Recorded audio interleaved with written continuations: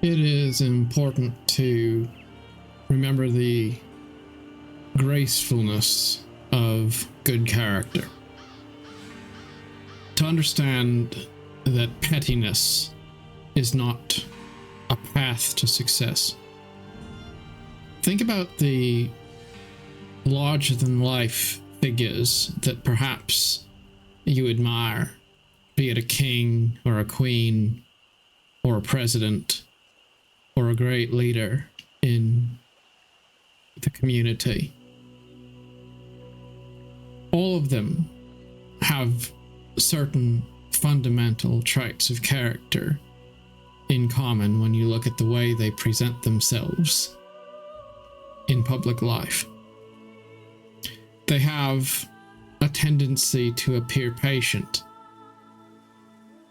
an inclination to be thoughtful and understanding, more likely to think in a way that highlights the bigger picture instead of being absorbed by anger or bitterness or small petty fixations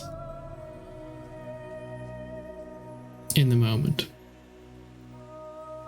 The truth is, we know what it looks like to be forgiving, patient, graceful, well-mannered. And yet in our personal lives, we generally struggle to remind ourselves of that fact on a daily basis. It's so easy to be drawn into comparing yourself to others or speaking negatively about other people, or maybe just thinking negative thoughts about those around us. And yet such things never result in better futures. They never bear the fruit of joy or of spiritual success. Now you might ask how one would go about changing themselves from being a petty sort of a person to become a more graceful, well-mannered, and honorable one. And the truth is, it begins with wanting to be the right kind of person, with understanding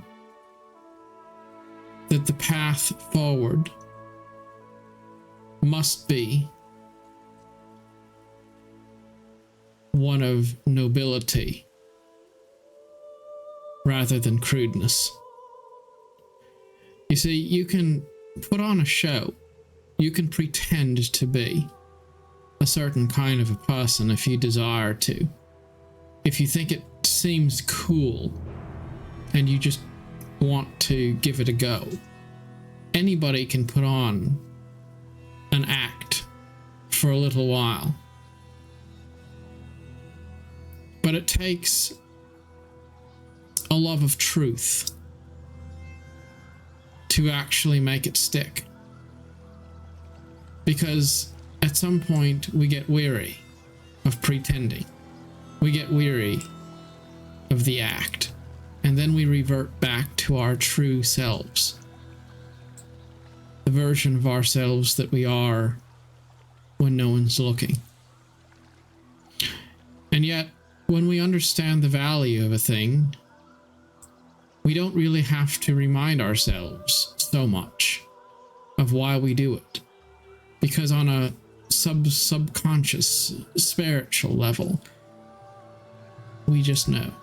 It's sort of like driving down the road on a beautiful day on Highway 101 along the Oregon coast. And there's a cliff there. And you don't have to remind yourself not to drive off the edge of the cliff, because you know that if you drove off the edge of the cliff, it would take that beautiful day and turn it into a tragedy. so it is with hateful thoughts and negative energies, which are indeed tempting and alluring in their own right. When we understand that they do not benefit us, when we understand that pettiness isn't advantageous, when we understand that patience profits more than aggression and frustration, then we just start to be different. We start to understand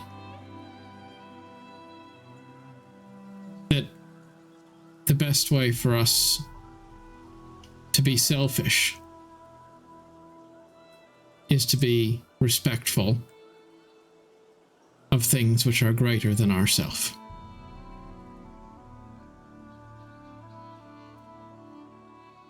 Now, the truth of the matter is that we may not know exactly how to make the world a better place, or how to make our lives better, for that matter. We will continue to be divided, conflicted, and far more human than perhaps we might wish.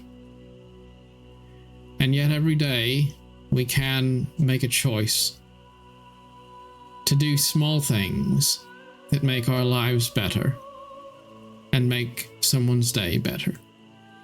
Perhaps that small thing is just to keep a clean house,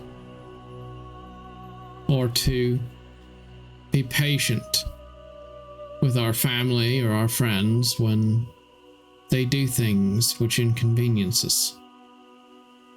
You see, most of us aren't great statesmen, and yet the strength of any state begins in the home and in the soul of those who make a country a nation. So regardless of what country we call home, let us make a vow to be welcoming of our better angels and to be a slightly better version of ourselves today than we were the day before. As always, very best of luck on your journey. Till next time, thank you for watching.